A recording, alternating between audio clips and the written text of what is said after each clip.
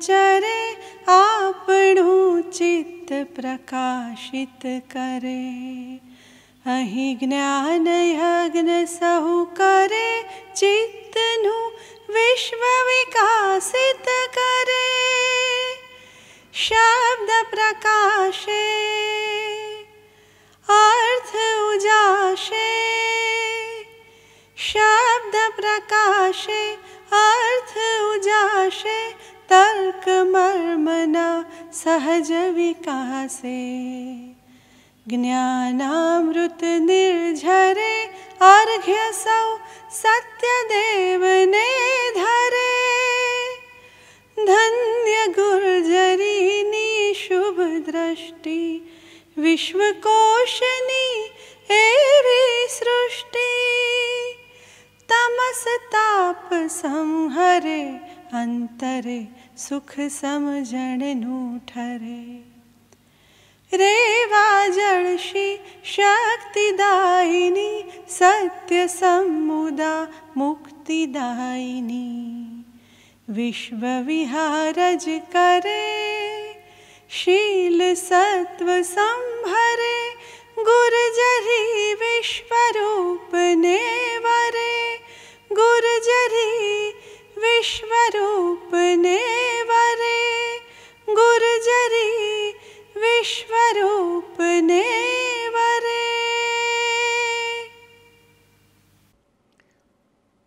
કુશળ નાટ્ય દિગ્દર્શક અને રંગમંચ કલાના અભ્યાસી શ્રી ભરતભાઈ દવે અંધાયુગ, ગાંધીયુગ અને આજ એ વિશે આજે વક્તવ્ય આપવાના છે। ભરતભાઈ એ રંગભૂમિના ક્ષેત્રે, દિગ્દર્શનના ક્ષેત્રે અને અભિનયના ક્ષેત્રે યશસ્વી પ્રદાન કર્યું છે। એમણે કેટલાક પુસ્તકો પણ લખ્યા અને એમના લેખન દ્વારા પણ એમની વાત સતત સમાજને, નાટ્ય રસિકોને અને કલા ચાહકોને મળતી રહી। મારી રંગયાત્રા એ એમનું એક સુંદર પુસ્તક છે। તો બીજી બાજુ વાસ્તવવાદી નાટકો, ભારતીય રંગભૂમિના સર્જકો, રંગ વિમર્શ, નાટ્ય સર્જન જેવા એમના પુસ્તકોએ એક ગુજરાતી નાટ્ય સાહિત્યમાં એક નવી દિશા ખોલી આપી છે અને એ બધા પુસ્તકોમાં એમની એક ઊંડી અવગાહન કરવાની દૃષ્ટિ એ સતત પ્રતીત થતી રહી છે। વિશ્વકોશને માટે આનંદની વાત એ છે કે 2018માં પદ્મભૂષણ ડૉક્ટર ધીરુભાઈ ઠાકર સવ્યસાચી સારસ્વત એવોર્ડ એ ભરતભાઈને અર્પણ કરવામાં આવેલો। વિશ્વકોશને માટે એક વિશેષ વાત એ પણ ખરી કે આદરણીય ધીરુભાઈને હંમેશા ભરતભાઈ પ્રત્યે એક સ્નેહ હતો અને ગુજરાત વિશ્વકોશ ટ્રસ્ટ જે નાટ્યકોશ કરતું હતું એને માટે સતત ભરતભાઈની મદદ અને માર્ગદર્શન અમે સૌ લેતા હતા। આજે એ કહેતા પણ આનંદ થાય છે કે ભરતભાઈ દ્વારા એક બૃહદ નાટ્યકોશ તૈયાર થઈ રહ્યો છે અને થોડા જ વખતમાં ગુજરાત વિશ્વકોશ ટ્રસ્ટ દ્વારા એનું 3 કે 4 ભાગમાં પ્રકાશન થશે। આવી પોતાના વિષયની ઊંડી સૂઝ ધરાવતી, ઘણી સક્રિય, વિચારશીલ અને એક વ્યાપક દર્શન ધરાવતી વ્યક્તિ આજે એમની વાત કરવાના છે આપણા સૌ સમક્ષ અને એ પણ આ વિશ્વ રંગભૂમિ દિવસ નિમિત્તે તેનો આનંદ પ્રગટ કરું છું અને ભરતભાઈને એમનું વક્તવ્ય આપવા માટે અનુરોધ કરું છું। મિત્રો, આપ સૌનું સ્વાગત। આટલી બધી ગરમીમાં અને કોરોના કાળમાં તમે બધા આવ્યા એટલે માટે આપ સૌનો આભાર। મિત્રો, આજનો દિવસ 27 માર્ચ એ વર્લ્ડ થિયેટર ડે છે, વિશ્વ રંગભૂમિ દિવસ। ઇન્ટરનેશનલ થિયેટર ઇન્સ્ટિટ્યૂટ એ દર વર્ષની 27મી માર્ચે વિશ્વ રંગભૂમિ દિવસ ઉજવે છે અને આ વિશ્વ રંગભૂમિ દિવસની ઉજવણીની સાથે સાથે એ દુનિયાના મોટા નાટ્યકારો, નાટ્ય કલાકારો એમાંથી કોઈ એકની પસંદગી કરીને એમની પાસે વિશ્વ રંગભૂમિ દિવસનો સંદેશ કહેવડાવે છે। આ વખતનો સંદેશ પાકિસ્તાનના બહુ મોટા નાટ્યકાર, નાટ્ય દિગ્દર્શક, અભિનેતા શાહિદ નદીમ એણે સંદેશ આપ્યો છે. એ સંદેશ તો બહુ લાંબો છે, આપણે એમાં નહીં જઈએ. એ અજોકા થિયેટર્સ ચલાવે છે પાકિસ્તાનમાં. પણ એના સંદેશનો એક સારાંશ જો હું તમને કહું તો એટલો છે કે જેઓ રંગભૂમિને એક કલા માધ્યમ તરીકે અને સામાજિક રાજકીય ચેતના જગાડનાર માધ્યમ તરીકે ઓળખે છે, એવા કલાકારો માટે આજનો દિવસ એ ઉજવણીનો દિવસ છે. એવા કલાકારો અને નાટ્યકારો માટે આજનો દિવસ, જે વર્લ્ડ થિયેટર ડે, એવી તમામ સરકારો, રાજકારણીઓ અને માતબર સંસ્થાઓ, એ બધાને જગાડવાનો કે એમને ચેતવવાનો આજે દિવસ છે. ચેતવવાનો એ અર્થમાં કે તેઓ રંગભૂમિની તાકાતને ઓળખે, રાષ્ટ્ર અને પ્રજાનું ચારિત્ર ઘડવામાં રંગભૂમિ કેટલી સશક્ત ભૂમિકા ભજવી શકે એમ છે એ હકીકતને સ્વીકાર કરે.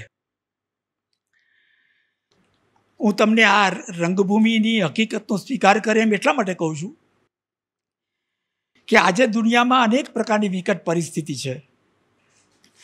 લોકતાંત્રિક મૂલ્યો આપણા વણસી રહ્યા છે, ચારે તરફ યુદ્ધની પરિસ્થિતિ છે, દરેક દેશો સશસ્ત્રીકરણમાં પડ્યા છે, આપણું પર્યાવરણ નાશ પામી રહ્યું છે.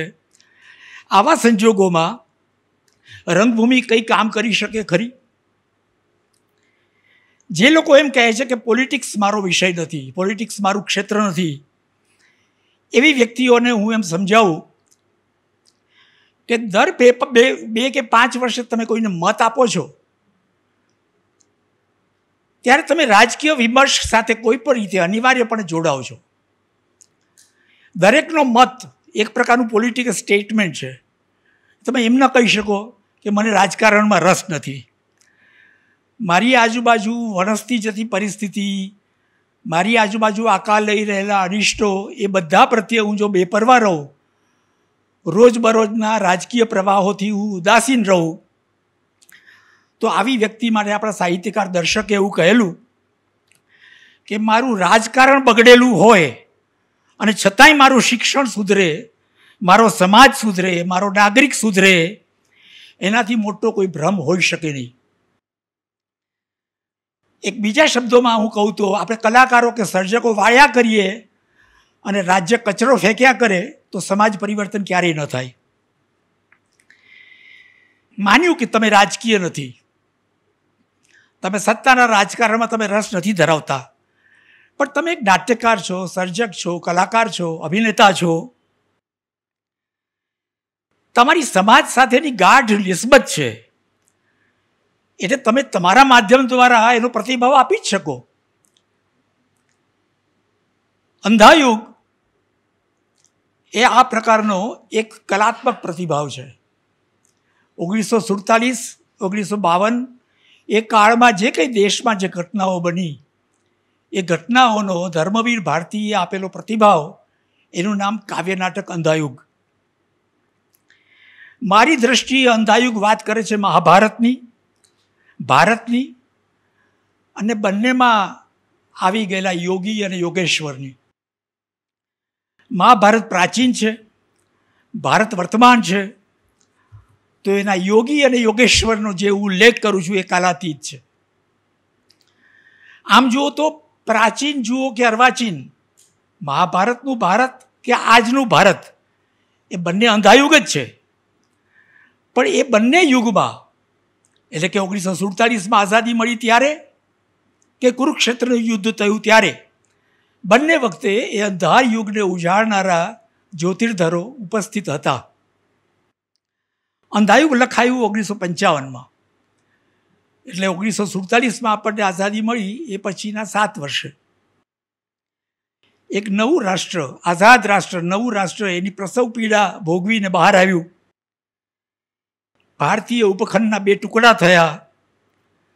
સદીઓથી એક સાથે હળીમળીને રહેતી 2 કોમમાંથી એક કોમને અચાનક એવું લાગ્યું કે આપણે અલગ રાષ્ટ્ર છીએ.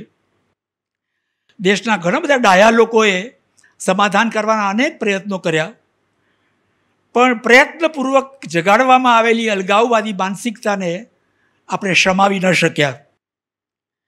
અંતે દેશના ભાગલા પડ્યા. ભાગલાઓથી વિચલિત થયેલી પ્રજાની વચ્ચે, બે કોમ વચ્ચે ભયાનક હિંસા ફાટી નીકળી. વેર લેવાની અદમ્ય લાલસા એકબીજા પ્રત્યે. જે મહાભારતમાં બે પિતરાઈ એકબીજાની સાથે લડે છે, પાંડવ અને કૌરવના સંતાનો, એમ અહીંયા ભારતમાં સદીઓથી સાથે રહેતી બે કોમ, પડખે પડખે રહેતી, હળીમળીને રહેતી, એકબીજાની લોહી તરસી દુશ્મન થઈ જાય છે. અંતે આપણને આઝાદી મળી, પણ ભારતે એની ખતરનાક કિંમત ચૂકવી. એક માધવ ગોડબોલેનું પુસ્તક છે, હોલોકોસ્ટ ઓફ પાર્ટીશન. એમાં એણે કહ્યું છે કે પાર્ટીશનની અંદર 15 થી 20 લાખ લોકો માર્યા ગયા અને 1.5 થી 2 કરોડ લોકો વિસ્થાપિત થયા. આવી એપિક લેવલની ટ્રેજેડી એ વખતે થઈ. આમ તો અંધાયુગ એ મહાભારતની કથા કહેતું, મહાભારતની કરતાં એમ કહીએ કે કુરુક્ષેત્રનું યુદ્ધ પૂરું થયા પછીની કથા કહેતું નાટક, કાવ્ય નાટક. પણ મહાભારતના કથાનકનો ઉપયોગ ધર્મવીર ભારતીએ એક રૂપક કે મેટાફર તરીકે કર્યો છે. આ સંદર્ભમાં તમે જુઓ તો અંધાયુગ એ આધુનિક ભારતનું સર્વપ્રથમ મૌલિક અને પ્રાસંગિક નાટક છે. અંધાયુગ અને ભારતના ભાગલા, આ બંને પરિપ્રેક્ષમાં વિચારતા લેખકને એવું લાગે છે, ધર્મવીર ભારતીને, કે આ મહાસંહારથી દેશનો પ્રત્યેક નાગરિક આંધળો, દિશાશૂન્ય, મતિભ્રષ્ટ થઈ ગયો. પારાવાર હિંસા થઈ. આ પ્રાચીન પવિત્ર ધરતી અભિશપ્ત થઈ ગઈ. આ ઘેરા મનોમંથનમાંથી લેખક આ કૃતિનું સર્જન કર્યા વગર રહી ન શક્યા. અંધાયુગના આરંભમાં ધર્મવીર ભારતીયની પ્રસ્તાવનામાં લખે છે કે આવી દર્દનાક ભૂમિકા ઉપર આવી સાચી સાહિત્ય કૃતિ રચવી બહુ પીડાદાયી હોય છે. તમને ભારતીના જ શબ્દોમાં કહું તો, એક નશા હોતા है अंधार के गरजते महासागर की चुनौती का स्वीकार करने का, अपने सारे को खतरों में डालकर आस्था के, प्रकाश के, सत्य के, मर्यादा के कुछ कणों को बटोर कर, बचा कर यहाँ तक धरातल तक ले आने का. ભારેખમ ટ્રેજેડીમાંથી રડીને બેસી રહેવાને બદલે આ લેખક એ ચુનૌતીનો, એ પડકારનો સ્વીકાર કરી લે છે. આ લક્ષ્ય કયું છે? ધર્મવીર ભારતીની સામે લક્ષ્ય આ એપિક ટ્રેજેડીમાંથી ઉગતા સત્યને, એ દિવ્યતાના અંશોને, કે એમાંથી નીકળતા પ્રકાશના કણોને પકડવાનું. કુરુક્ષેત્રના યુદ્ધ પછીની ઘટનાઓ, પાત્રો, એમની ભાવનાઓ, એના પર આ નાટક રચાયેલું છે. તમે ભાગલાની ઘટનાઓ અને કુરુક્ષેત્રની ઘટના, એ બંનેને તમે સમાંતર રીતે જુઓ, તમને ઘણું બધું મળતા પણ દેખાશે. એટલે હું જ્યારે અંધાયુગના સંવાદો પણ જ્યારે અહીંયા તમારી સામે એનું પઠન કરું, ત્યારે બરાબર તમે એ ભૂમિકા તમારા મગજમાં રાખજો કે આ વાક્યો કેટલા બેસે છે એની સાથે. પહેલા જ અંકમાં એનું કથાગાયન તમે સાંભળો. टुकड़े टुकड़े हो बिखर चुकी मर्यादा, उसको दोनों ही पक्षों ने तोड़ा है. पांडव ने कुछ कम, कौरव ने कुछ ज्यादा. ये रक्तपात अब कब समाप्त होना है? ये अजब युद्ध है, नहीं किसी की भी जय, दोनों पक्षों को खोना ही खोना है.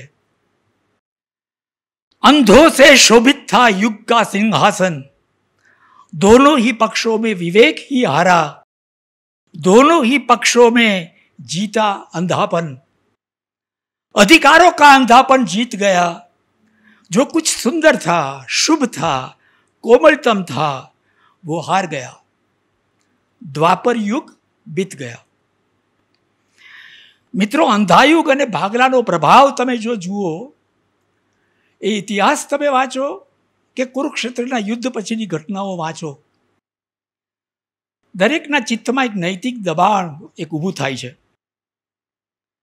તમને એમ થાય છે કે તમારી આજુબાજુ આકાર લઈ રહેલા અનિષ્ટની અંદર તમારી સીધી ભાગીદારી છે. તમે એને ચૂપચાપ નિષ્ક્રિય રીતે તમે જોઈ શકો નહીં. જેને મહાશ્વેતા દેવી કહે છે સાયલેન્સ ઇન કોમ્પ્લિસિટી. ચૂપ રહેવું એ કાવતરામાં સામેલ હોવા બરાબર છે. દરેક નાગરિક તમે સીધી રીતે જવાબદાર હો કે ન હો, પણ તમે જ્યારે ચૂપ રહો છો, નિષ્ક્રિય રહો છો આજુબાજુ થઈ રહેલા અન્યાયો સામે, તમે એ પાપની જવાબદારીમાંથી છટકી શકતા નથી. અંધાયુગમાં એના પાત્રો, એમના સંબંધો, વેરઝેર, એકબીજાને પછાડવાની વૃત્તિ, અપમાનિત કે હળધૂત કરવાની ખેવના વગેરે તમે ભારતના વિભાજન કાળની ઘટનાઓ, એના પાત્રાઓ એ બધા સાથે તમે એને સાંકળી શકો. દુર્યોધન, દુશાસન, શકુની રૂપી જે કંઈ સત્તાલોભ, છળ કપટ, દ્વેષ, તિરસ્કાર, ભીતરની હિંસા, એ બધું જે ભરેલું છે એ બધું પ્રગટ થાય છે. આ બધાથી ધર્મવીર ભારતી રીબાયા, પીડાયા, મનમાં તુમુલ યુદ્ધ ચાલ્યું. આટલી બધી હિંસા અને આટલી બધી કરપીણ ક્રૂરતા શા માટે? લગભગ 35-37 વર્ષ, આમ તમે જુઓ સાઉથ આફ્રિકાના વર્ષો તમે ગાંધીજીના કાર્ય સાથે ઉમેરો તો 50 વર્ષ ગાંધીએ કામ કર્યું. ધર્મવીર ભારતી એના મનમાં પૂછે છે કે ક્યાં ગયા ગાંધી, ક્યાં ગયા એના સત્યના, હિંસાના એના આદર્શો, ક્યાં ગઈ ગાંધી પાછળ ભક્તિભાવથી દોડતી કરોડોની ભારતીય પ્રજા, ક્યાં ગયો ગાંધી યુગનો પ્રભાવ, ક્યાં ગયા એ સંત મહાત્માઓ અને પૈગંબરોના ઉપદેશો, ક્યાં કોની ચૂક થઈ ગઈ કે આટલો બધો સંહાર થયો? અંધાયુગમાં ગાંધારી ધૃતરાષ્ટ્રની હાજરીમાં વિદુરને આ વાત કરે છે. गांधारी बोले छे, धर्म, नीति, मर्यादा ये सब है केवल आडंबर मात्र.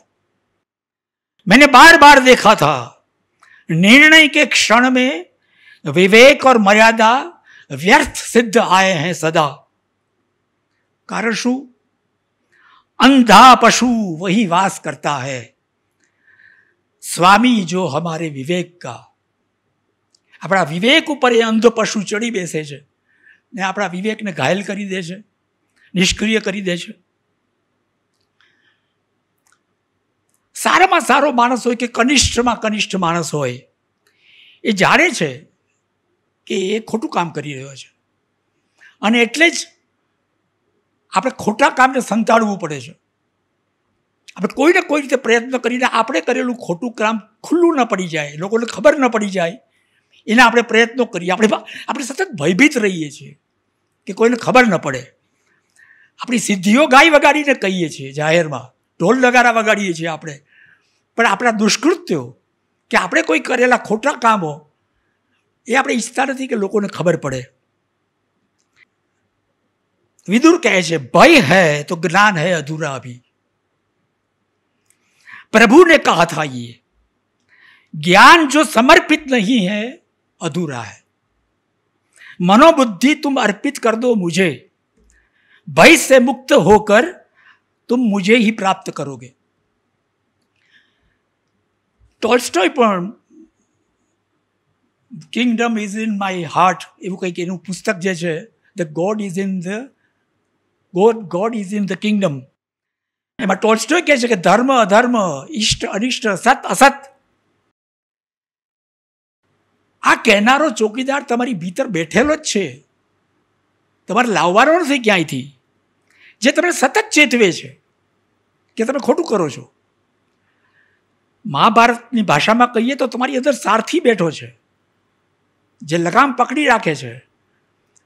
તમે જેવા રસ્તો ચાતરો, ચીલો ચાતરો કે તરત એ લગામ ખેંચે છે, પણ આપણી ભીતર એટલો બધો સ્વાર્થ અને અહંકાર છે એ લગામને આપણે ધ્યાન નથી આપતા. અને જ્યારે અકસ્માત થાય ત્યારે આપણે ભયંકર રોકકળ કરીએ છીએ એ જ ઈશ્વરના નામે. આ જ વાત વિદુર યાદ અપાવે છે. વિદુર કહે છે કે જો આપણે ચેતવણીઓ સમયસર ધ્યાન ધરી હોત તો આ કુરુક્ષેત્રનો સંહાર રોકી શકાયો હોત. તમે વિચારો મિત્રો કે વિશ્વયુદ્ધ રોકવામાં કેટલા બધા પ્રયત્નો થયા હતા. સામે એમ પણ કહી શકાય કે હિટલરે જ્યારે ઓસ્ટ્રિયા જીતી લીધું, જેકોસ્લોવેકિયાનું સુડેટનલેન્ડ જીતી લીધું, ફ્રાન્સનું રાઇનલેન્ડ જીતી લીધો, અને છેલ્લે જ્યારે પોલેન્ડ પર જ્યારે હુમલો કર્યો ત્યારે છે બ્રિટન અંદર ચિત્રમાં આવ્યું. તમે જો વિલિયમ શીરરનું પુસ્તક વાંચો, rise and fall of third Reich, તો તમને અંદરથી તમે ભયંકર વિચલિત થઈ જાઓ કે આ કેવી દુનિયા છે. આજે 60 લાખ યહૂદીઓને મારી નાખ્યા હિટલરે, તો એ દુનિયાનો કોઈ દેશ એ ક્યાંય બચાવવા નથી આવતો એને. અને સામે એ પણ તમે જુઓ કે વિશ્વયુદ્ધ જીતી ગયા પછી પણ આખું ઈસ્ટ બર્લિન રશિયાએ લઈ લીધું, ઈસ્ટર્ન યુરોપ આખું રશિયાએ લઈ લીધું. એટલે તમે લોકશાહીની રક્ષા કરી, પણ કઈ કિંમત પર રક્ષા કરી? એવી જ રીતે રાષ્ટ્રસંઘ યુનો હોવા છતાં આપણે જોઈએ છીએ કે ઈરાકમાં યુદ્ધ થયું, અફઘાનિસ્તાનમાં થયું, સિરિયામાં થયું, કોઈ રોકી શકતા નથી, ચૂપચાપ લોકો જોયા કરે છે. આપણે જાપાનનો વિનાશ જોયો. આપણે અણુશસ્ત્રની ચેતવણીઓ હોવા છતાં આપણે શસ્ત્રદોટ જોઈ અને હજુ પણ શસ્ત્રદોટ ચાલુ જ છે. આ જ વાત અંધાયુગમાં આ પછીના વિનાશનો વસવસો કરી રહેલા લોકોને સંબોધીને વિદુર કહે છે कि भीष्म ने कहा था, द्रोण ने कहा था, इस अंतपुर में आकर स्वयं कृष्ण ने कहा था, मर्यादा मत तोड़ो. तोड़ी हुई मर्यादा कुचले हुए अजगर सी गुंजलिका में कौरव वंश को लपेट कर सूखी लकड़ी सा तोड़ डालेगी. યાદ કરો, કુરુક્ષેત્રનું યુદ્ધ ન અટકાવી શક્યું. ગાંધી જેવા ગાંધી પણ ભારતના ભાગલાને કે એની હિંસાને રોકી ન શક્યા. કૃષ્ણએ તો કૌરવ સભામાં જઈને વિષ્ટિના પ્રયાસો કરેલા. અહીંયા તમે જુઓ તો ગાંધી, નહેરુ, પટેલ કેટલી બધી મંત્રણાઓ કરી. છેલ્લે એના સાથીઓએ ના પાડી તો પણ ગાંધી મલબાર હિલ પર મોહમ્મદ અલી જીણાને મળવા 1945માં કેટલી બધી વાર ગયા. લગભગ 14 થી 18 વાર એની મિટિંગ્સ થઈ. એટલી હદ સુધી કે જ્યારે કૌરવ સભામાં ભગવાન કૃષ્ણે એમ કહ્યું કે મને 5 ગામડા આપો, એનો પણ દુર્યોધને ઇનકાર કરી દીધો. અહીંયા ગાંધીએ કહ્યું મોહમ્મદ અલી જીણાને કે અમે તમને વડાપ્રધાન બનાવીએ, પણ આ ભાગલાનો આગ્રહ છોડી દો, બ્રિટનને અહીંથી નીકળી જવા દો, પછી આપણે બંને કોમો આપણે બેસીને આપણે આ વાતનો નિવેડો લાવીશું. પણ જીણાને તો અંગ્રેજોની હાજરીમાં જ એને ચુકાદો જોઈતો હતો. મિત્રો, કુરુક્ષેત્રની જે હિંસા જે છે એ ભાગલાની હિંસાની જેમ અનપેક્ષિત નહોતી.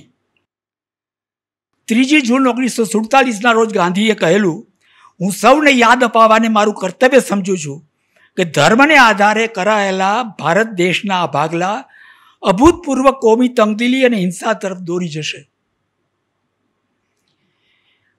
એટલી હદ સુધી મેં તમને જે માધવ ગોડબોલેના પુસ્તકની વાત કરી એમાં એણે એ પણ લખ્યું છે કે માઉન્ટ બેટનના મંત્રીઓ, એના બ્રિટિશ ગવર્નર્સ, એના ઇન્ટેલિજન્સ, એ બધા લોકોએ ચેતવણી આપેલી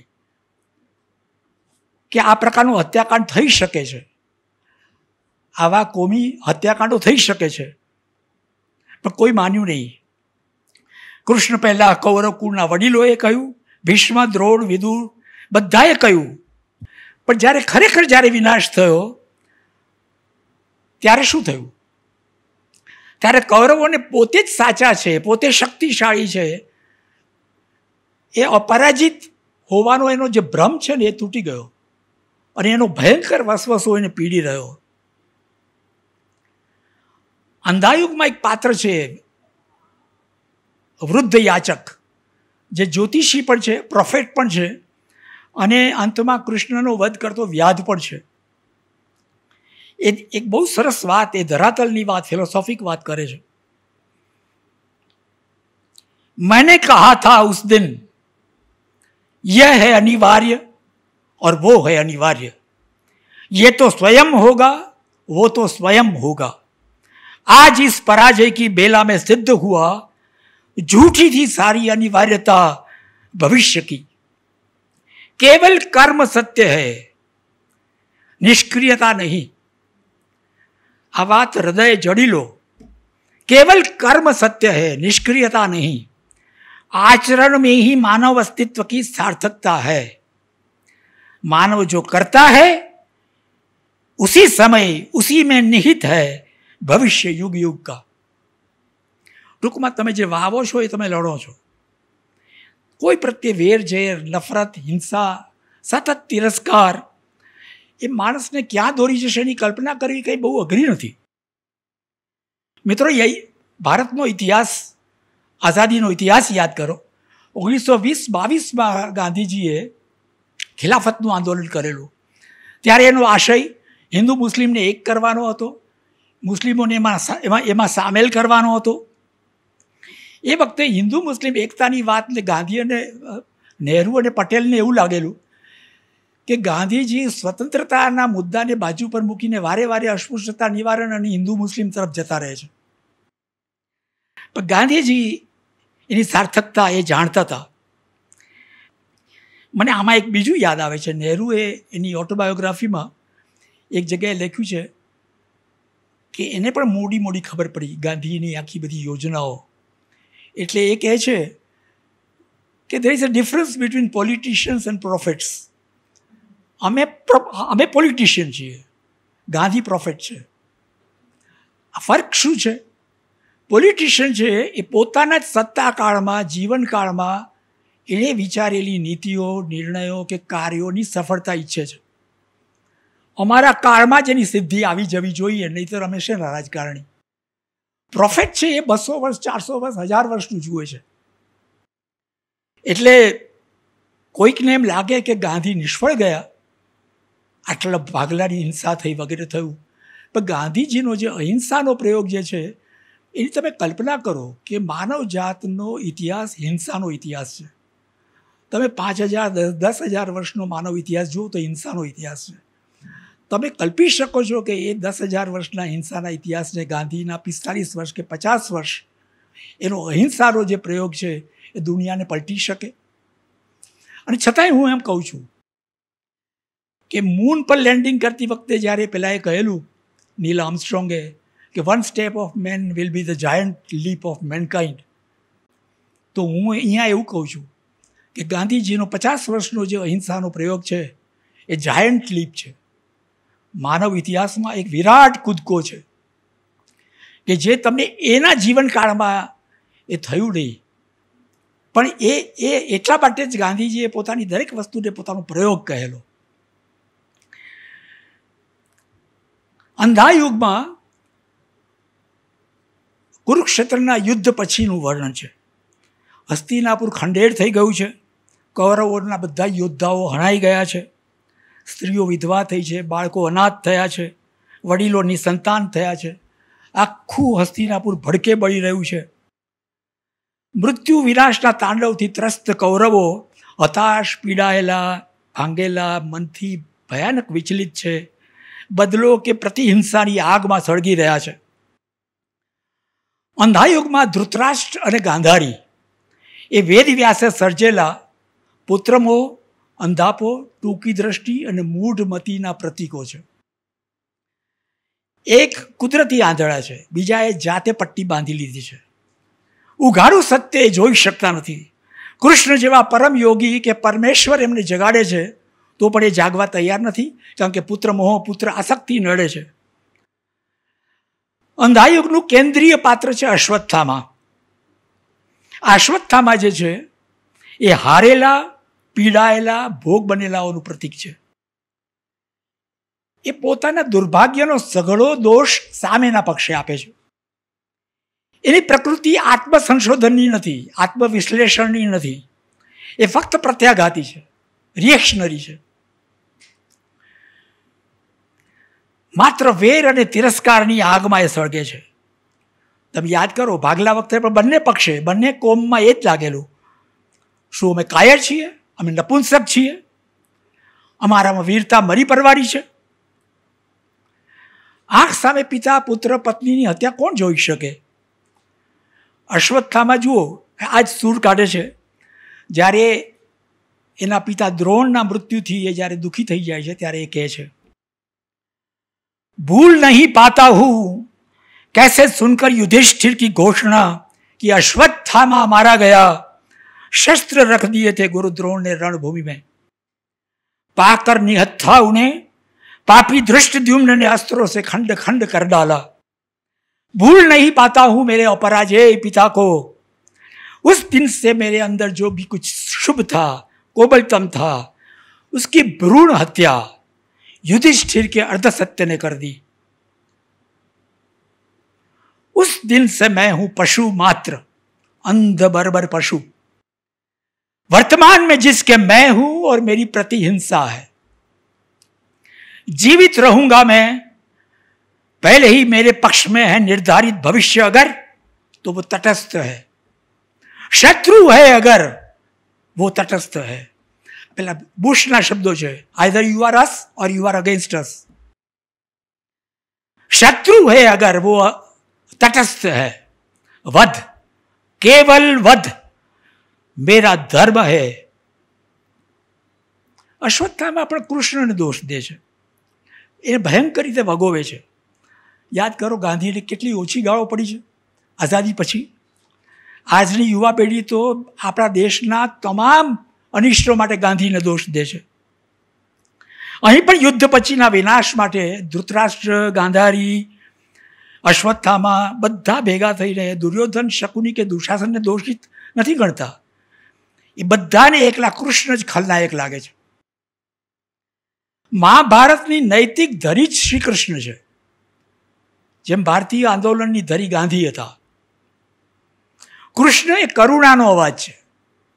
તમે પેરેલલ જોજો, અહીંયા ગાંધી અને કૃષ્ણની તુલના નથી કરતા આપણે, પણ જે કોઈ સમાજમાં તમારી પાસે કોઈ સધિયારો હોય, તમને કોઈ મદદ કરનાર હોય, એની તમે અવગણના કરો છો।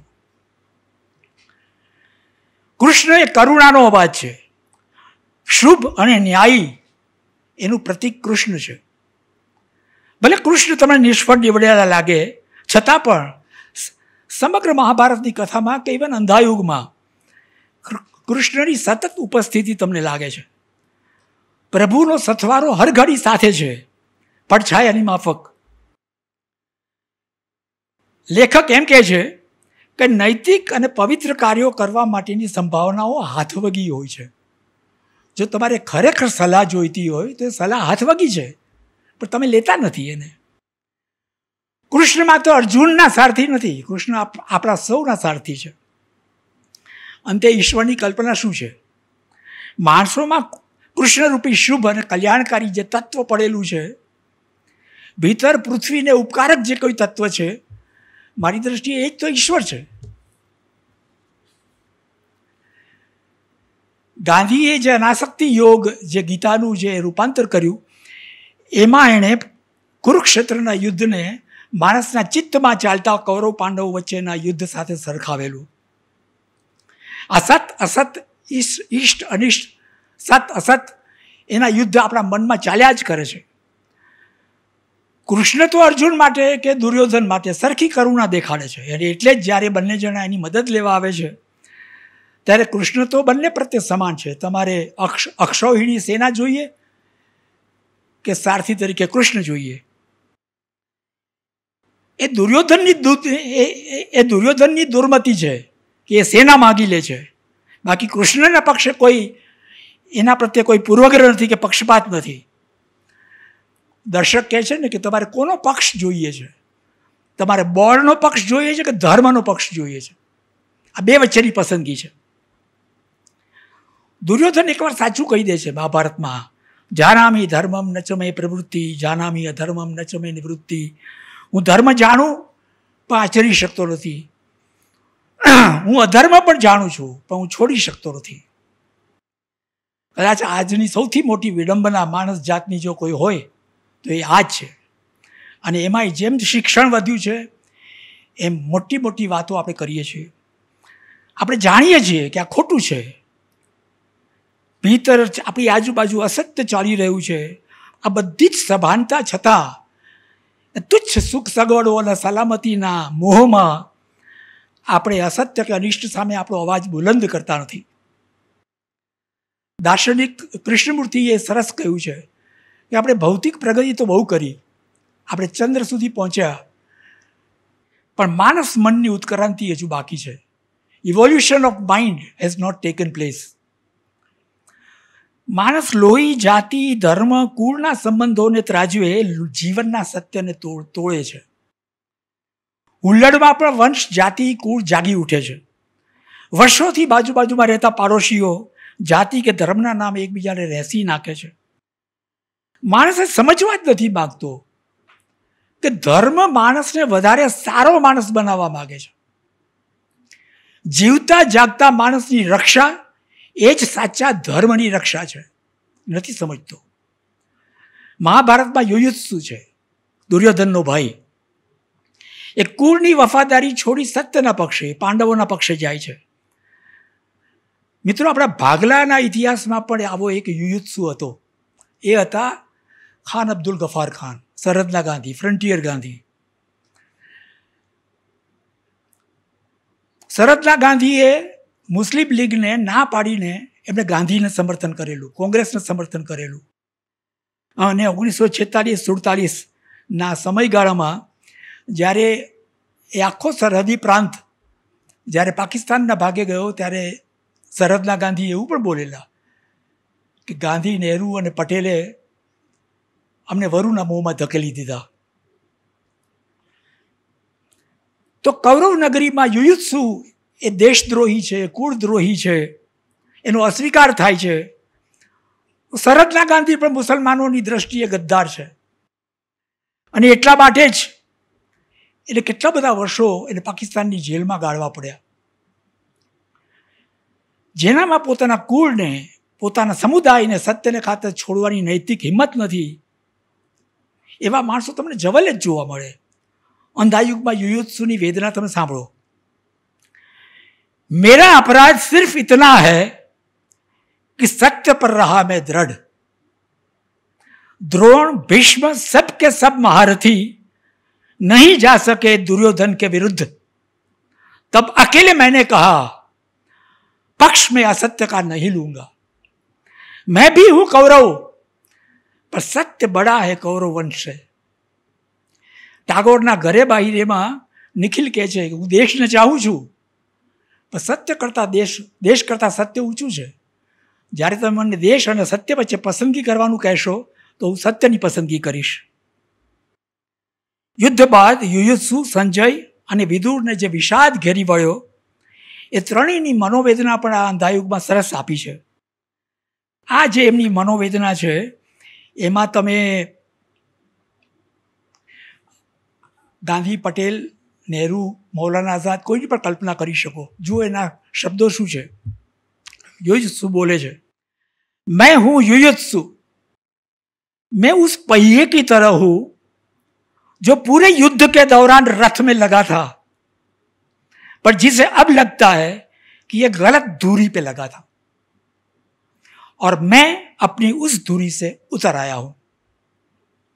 યુયુત્સુ એવાઓનો પ્રતિનિધિ છે કે જેઓ ભાવુક વિહવળ થઈને સત્યનો પક્ષ તો લે છે પણ અંદરથી ડગુમગુ છે, દ્રઢ નથી.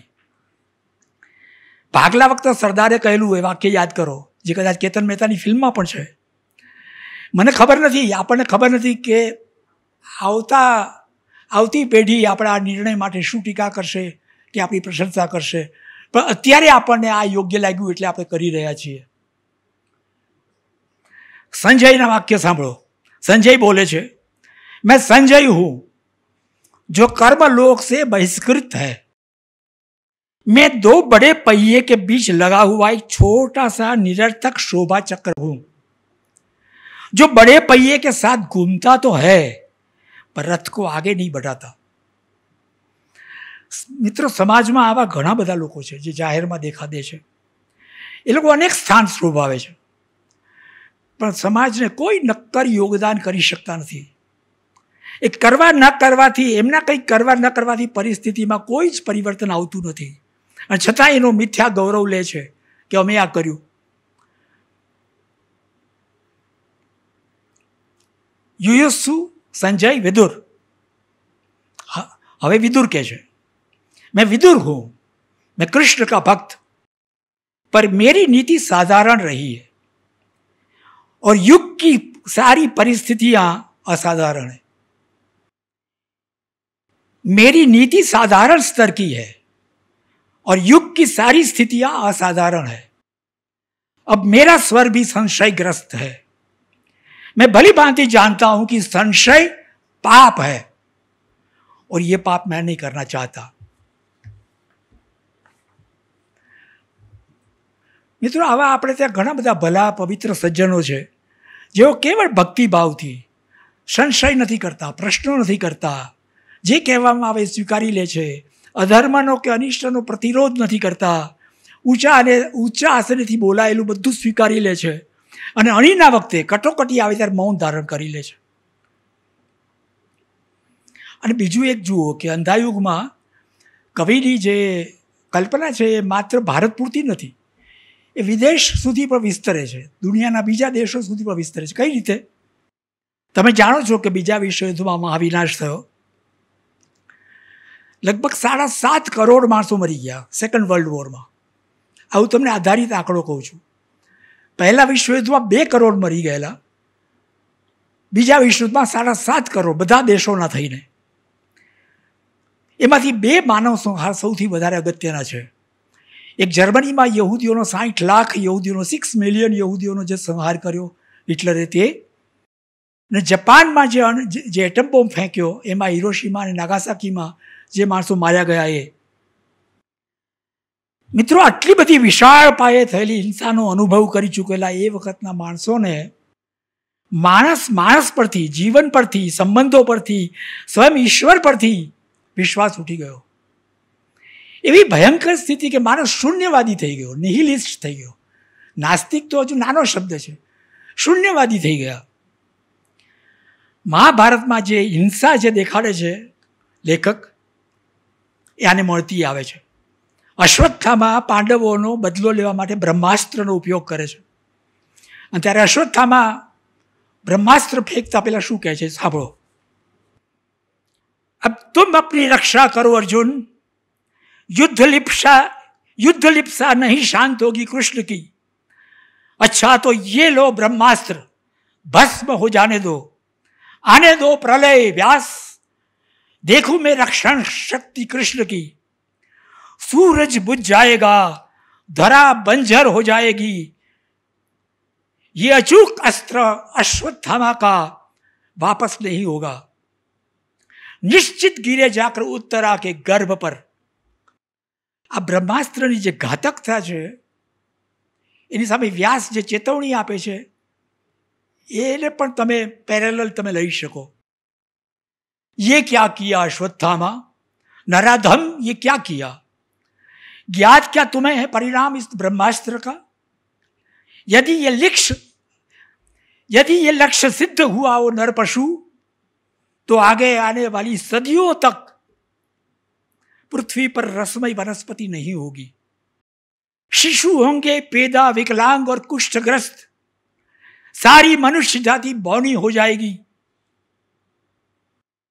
जो कुछ भी ज्ञान संचित किया है मनुष्य ने सतयुग में, त्रेता में, द्वापर में, सदा सदा के लिए विलीन हो जाएगा. वो गेहूं की वालों में सर्प फुतकारेंगे, नदियों में वह वह कर आएगी पिघली आग. જાપાન પરના અણુશસ્ત્રના એની વિઘાતક અસરો જુઓ તો તમે જાણો છો કે 4 પેઢીઓ સુધી એના જે રેડિયેશનની જે અસરો છે એના સંતાનોમાં કેવી ઉતરી.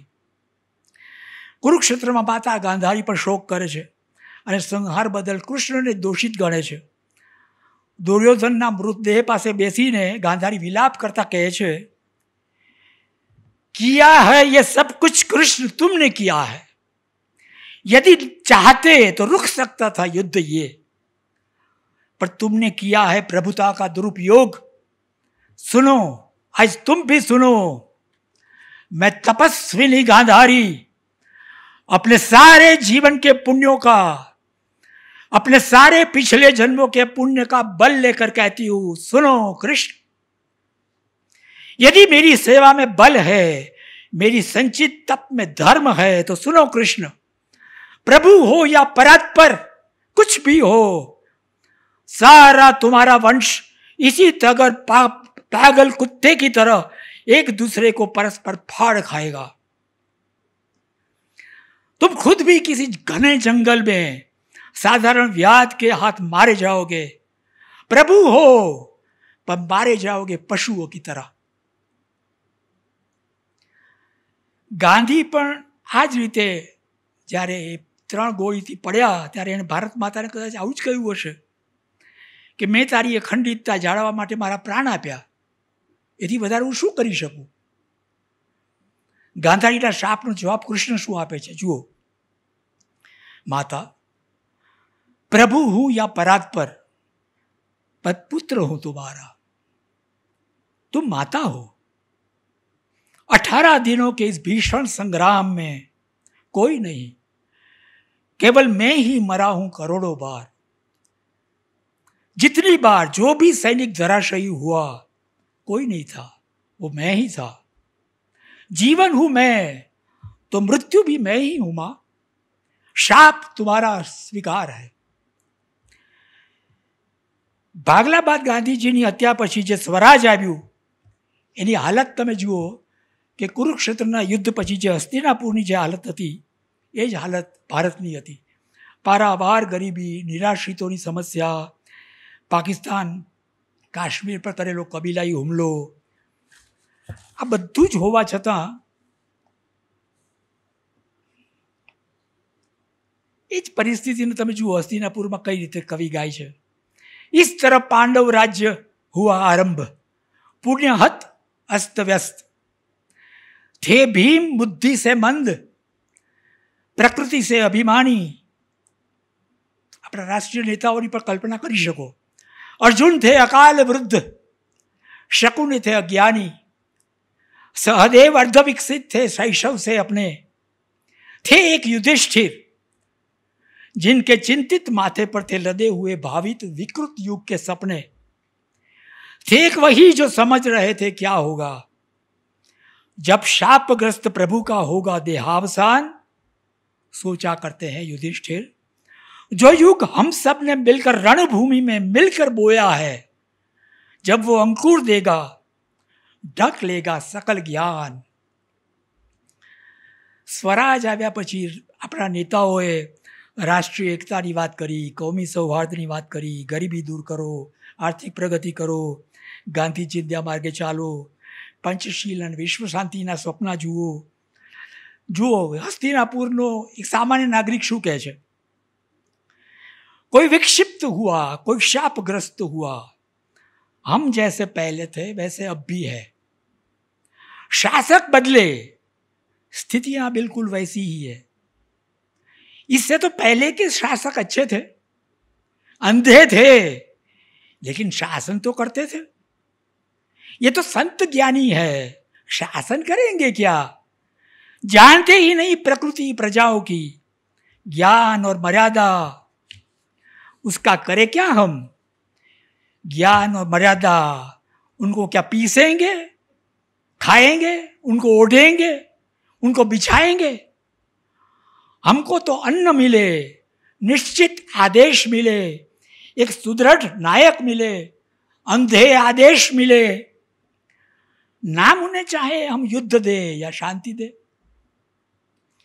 आटली भयानक हताश निराशा वच्चे पण वृद्ध याचक એ જ્યારે બોલે છે ત્યારે એમાં તમને કૃષ્ણની દૈવી ઉપસ્થિતિ અને ગાંધીની પ્રેરક હયાતી તમે અનુભવી શકો। એક આશ્વાસન કે એક સદિયારા રૂપે પણ તમને સાંભળવા મળે છે। એ વૃદ્ધ યાચક શું કહે છે, मैं वो भविष्य हूं जो झूठा सिद्ध हुआ आज गौरव की नगरी में।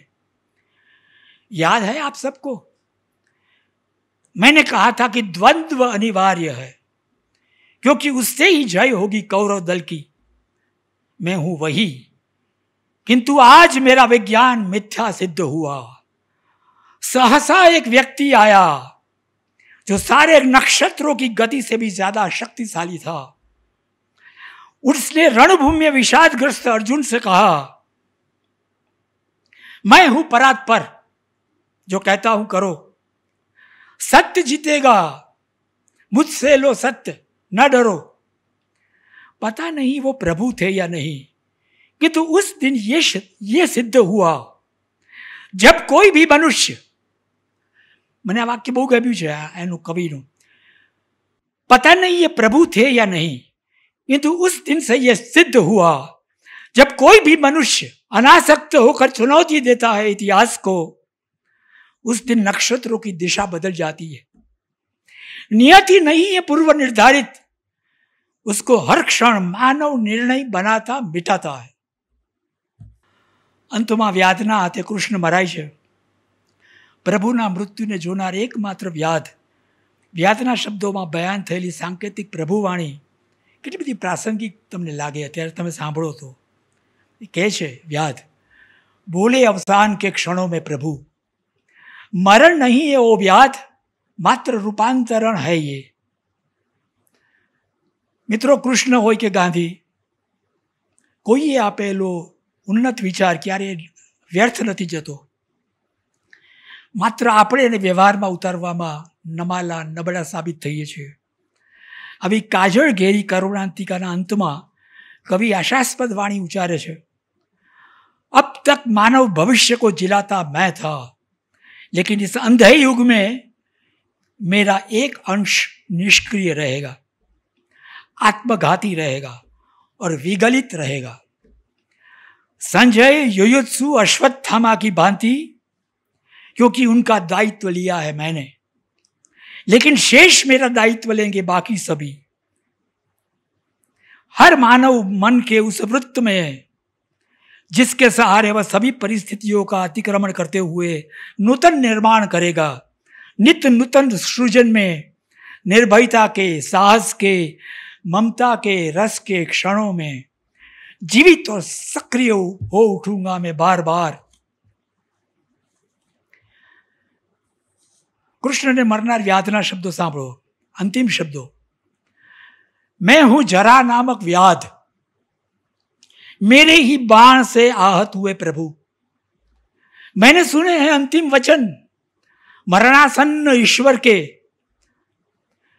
जिसको मैं दोनों हाथे दोनों बाहें उठाकर दोहराता हूं.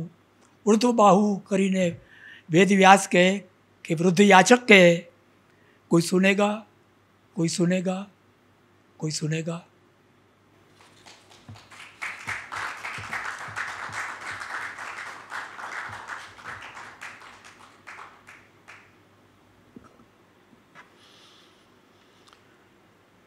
આજે 27મી માર્ચ વિશ્વ રંગભૂમિ દિન નિમિત્તે ગુજરાત વિશ્વકોશ ટ્રસ્ટના ઉપક્રમે જાણીતા દિગ્દર્શક, નાટ્યકાર, રંગકર્મી એવા શ્રી ભરત દવે આજે વિશ્વ રંગભૂમિ દિન નિમિત્તે ભારતના પ્રખર નાટ્યકાર ધર્મવીર ભારતીની મહાન નાટ્યકૃતિને બેકડ્રોપનો ઉપયોગ કરીને ભારતની વર્તમાન પરિસ્થિતિથી લઈને આઝાદીના એ દિવસોની વાતને કેવી સુંદર રીતે એમણે ગૂંથી આપી અને એ રીતે ધર્મવીર ભારતીનો એ સંદર્ભ, એના પાત્રો અને ભારતની આઝાદીના સમયના એ મહાત્માજી જેવા અનેક પાત્રોને લઈને જે આખી વાતને મૂકી આપીને એ આજના ભારતીય સંદર્ભમાં અત્યંત મહત્ત્વની છે. કારણ કે આજે જે આપણે આઝાદ ભારત જોઈએ છે અને આઝાદીના 75 વર્ષની નજીક પહોંચી ગયા છીએ, ત્યારે પણ હજુ આપણે ગાંધીનું એ સ્વરાજ પાછું મેળવી શક્યા નથી. એટલું જ નહીં, કૃષ્ણએ જે મહાભારતના સંદર્ભમાં જે મહત્ત્વની ભૂમિકા અદા કરી હતી ને પછી જે એક સુરાજ્યની કલ્પના કરી હતી, એ પછી પણ નહોતું ઊભું થઈ શક્યું. અને એ જ વાત ગાંધીની શહીદી પછી પણ આપણે નથી પ્રાપ્ત કરી શક્યા. એ આખા બેકડ્રોપનો ઉપયોગ કરીને ભરતભાઈએ આજે બહુ જ સુંદર રીતે આખી એ ધર્મવીર ભારતીની અંધાયુગની કથાને આપણી સમક્ષ આજના પરિપ્રેક્ષ્યમાં મૂકી આપી છે. એટલે વિશ્વ રંગભૂમિ દિન નિમિત્તે ગુજરાત વિશ્વકોશ ટ્રસ્ટ વતી ભરતભાઈ દવેનો આપણે સૌ ખૂબ ખૂબ આભાર માનીએ છીએ. અસ્તુ.